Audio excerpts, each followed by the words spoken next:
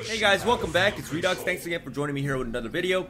And I'm going to feature the Widowmaker once again. And I've been having a lot of success with this unit recently, just because the meta has sort of shifted towards air units right now.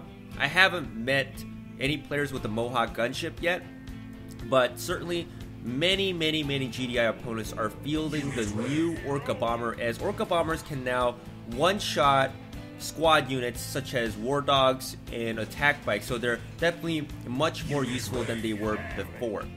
I bring in a Nod War Factory build, so I start off with the buggies here, and buggies, when you team up against one missile squad, will easily take them down. He's got a lot of infantry units here, and this is pretty standard, especially when right now the meta is going towards air units. You're meeting less opponents with the War Factory units, as people are scared to use too many War Factory units. As you know, there are a lot of players right now going for an air build. Even if you play against the Nod faction, there is a lot of Inferno Bomber players out there. There's a lot of, you know, Venoms and Banshees out there as well, and Orcas, of course, with Kodiak battleships from GDI's side. So I feel like the meta is shifting more towards the air, you know, play style right now. But anyways, going back into this game, I'm dominating his infantry units currently with my buggies. As you guys can see, I do very well with my buggies surrounding movements against his missile squads. He gets his first ORCA bomber out there. I get my Scorpion tank down on the southern field, and I actually wait until his ORCA bomber got distracted on killing my buggies. And then I moved my tank, because I knew he didn't have vision on my tank in the beginning. And I distract that ORCA bomber with my attack bike there. I let it kill my attack bike because I needed one more shot with my Scorpion tank against the harvester. So this ORCA bomber is doing a lot of work. It just killed 2 buggies and 2 attack bikes extremely fast. So you can definitely see the new ORCA bomber is quite good. And this battle really gave me an insight as to how strong ORCA bombers are right now. And I think the ORCA bombers are definitely at a level of play, or the level at where they should be at, just because, of course, ORCA bombers not being able to kill things like attack bikes or war dogs in one shot was very frustrating for a lot of players that were trying to use them. I don't think ORCA bombers are necessarily overpowered yet, because I certainly didn't have too many troubles with dealing them. You know, as long as they're popping out the right units, you're good. For example, the Widowmaker will take 1 hit, and it will have to take a second volley from the ORCA bomber to die. Scorpion tanks also don't die in one shot to ORCA bombers. I mean, in this case, his ORCA bomber is 1 level lower than my Scorpion tank, but I believe Scorpion tanks, even or ORCA bombers, when it's at the same level as Scorpion tanks, it will still not one-shot Scorpion tanks, I believe. But I could be wrong on this. Anyways, I spam a whole bunch of Widowmakers at this point, because, of course, Widowmakers, I know that they can take 1 hit from ORCA bombers. So why not build these units, which can also counter his infantry units. Now he's gonna try to actually kill my harvester on the southern field, and I let him do it. I just build a whole bunch of Widowmakers here at this point, because you know, I'm just trying to capture the launchpad missile anyways. And you know, he's gonna spam in some more missile squads and ORCA bombers, but Widowmakers are just so good against infantry units and can handle these ORCA bombers somewhat well. As you guys can see, because they can take at least one volley before going down to a second volley from the Orcas. And I end up capturing the missile here at the end here, as he's just not able to get his infantry and ORCA bombers to survive against my Widowmakers. So right now, Widowmakers are pretty meta, especially when you see a lot of your opponents going for infantry and ORCA bomber builds. Alright, this will be the second game I want to show you guys, featuring the Widowmaker. And I'm going to cut it down to just my vision once again, guys. Here we go. I'm going to start off with a harvester, and so did my opponent. And you can see he has tech lab units, I mean, just like my last opponent did. But I believe my opponent does go for a double harvester here. As you guys can see, I go into my buggy to see what he's got. And because, of course, a lot of these GDI players will most likely have the ORCA bomber and infantry units. That's kind of what I was thinking. I see a double harvester here, so I send out an attack bike. And my opponent does have an ORCA bomber, but instead of infantry units, he actually mixed it up with some rhinos and pit bulls. So it's more of a War Factory ORCA bomber mixed with jump jets on the side. and he's actually going to try to build jump jets to counter my attack bikes here, which he does. And I just immediately go for that harvester with 2 of my attack bikes, while with my buggies I try to distract his jump jet troopers as best as I can. He throws down a turret, but at this time his harvester is pretty much dead, as he was more focused on killing my buggies first than my attack bike. So I do get 100 crystals, which is nice, especially when you have Widowmakers. And I knew I wanted to go for Widowmakers as fast as I could, but I get a Scorpion tank out first, which definitely wasn't the best choice, seeing that he had a whole bunch of jump jets, and I knew he was going to build a lot of them. And what I do is I actually go for Hand of Nod here, build some flame squads to deal with those jump jets.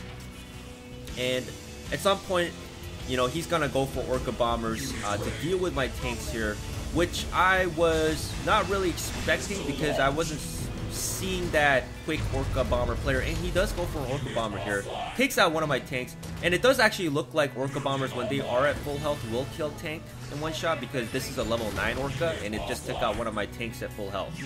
But sometimes it just, I don't know why, I clearly remember seeing the same level Orca not killing my same level tank in one shot, but it's a little bit confusing sometimes to see like how much damage they can do.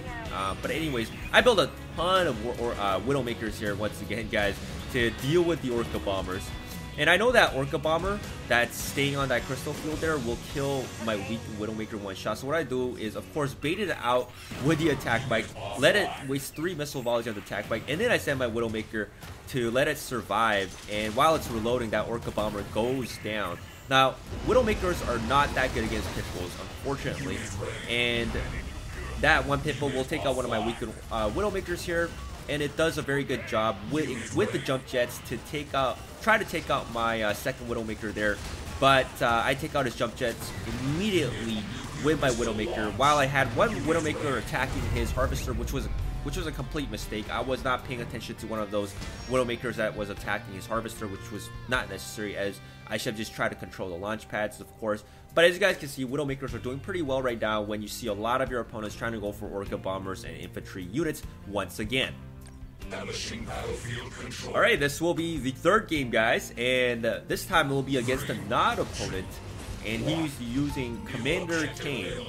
So, you know, I was expecting more of a kind of a slower build, because he is using Commander Kane with some Temple of Nod units, and he does have 2 Temple of Nod units here. His early game units are the Militant and Scarabs, and that's a very common combination right now. Seems like Scarabs are sort of the meta right now. A lot of Nod players like using the Scarabs, which I can see it work, especially if you're trying to defend your Harvester with Scarabs. And I think he does. Yeah, he has 1 Scarab on the north, as you guys can see right next to his Harvester.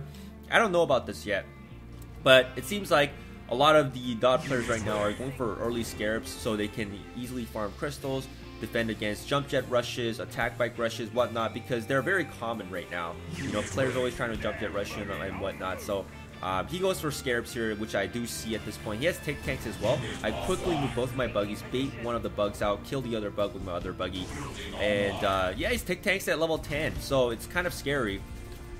It does have less health than a Scorpion tank, but when it's dug in, it's not going to take a lot of damage. I quickly move my Scorpion tank up to deal with the Harvester on top. And I don't know if you guys saw, but his Militant squad died to his own Scarab fire pit, which was pretty hilarious. That's the one thing about Scarabs, is of course they leave a fire pit of death. And he actually, he sees my Banshee on top. I take out his Harvester. He actually rolls his Tick Tank around, knowing that if he brings his Banshee on top, I mean not his Banshee, if he brings his Tick Tank towards my Banshees, of course his Tick Tank is going to die. So he tries to kill my Harvester as well, and I've got to move my Harvester out of the way while moving my Banshee to take out that Tick Tank. But Tick Tanks are so tanky when they're dug in. They take so little damage from these Banshees. So it takes me a really long time to kill this. I'm just trying to control the missile at this point, but what I'm going to do is try to take advantage of his Scarab's fire pits when it dies. So his ground units can't move onto it. So you can see his Militant right now can't walk onto that top launch pad because it's going to take a hit from that fire pit. I build more buggies because buggies are pretty good against Militants and Scarab. So once again, Scarab walks directly to my into his own fire pit. They're trying to attack my Banshee. That was funny. Once again, definitely use your own enemies' weapons to your advantage, right, when you can. So that's the downside about these Scarabs, of course. And I've got my buggy positioned pretty well, so all of his Scarabs die here at the end. And he builds a double Harvester to to try to revamp his economy. I kill another harvester, which is good for me. And what I try to do now is, hey, you know what? I'm going to try to widow rush his base, because it's something that I used to like doing in lower ranks, because it was, you know, pretty easy to do when players just didn't defend it against properly. He sees my widows coming on his base, so he knows what's going to happen. So he tries to set up his tick tank here to deal with my Widowmaker, but I quickly move my Banshee up next to my Widowmaker, and he can't move a unit until he kills my Banshee to defend against his base. And that Widowmaker on the top already took out 25% of the base health here. He finally moves his tick tank up after killing my Banshee, takes out my Widowmaker, but I built 3 Widowmakers, and I'm just charging at this man's base, and I'm gonna burn it down eventually to the ground, which is what I'm trying to do. His tick tanks are out of position right now. He was not expecting here at the end for me to just go on a full-out Widowmaker onslaught, and the base is burned down. The classic Widowmaker base rush strategy. So good. It works so well when you can get that down on his base. But anyways, I hope you guys enjoyed this video. Widowmakers certainly are meta right now, especially with the meta kind of going more towards air units. I'm seeing definitely less and less of the War Factory domination for sure. So let me know what you guys think about the Widowmaker. I certainly like this unit right now at this stage of the game. And let me know what you guys think, and I'll see you guys next time.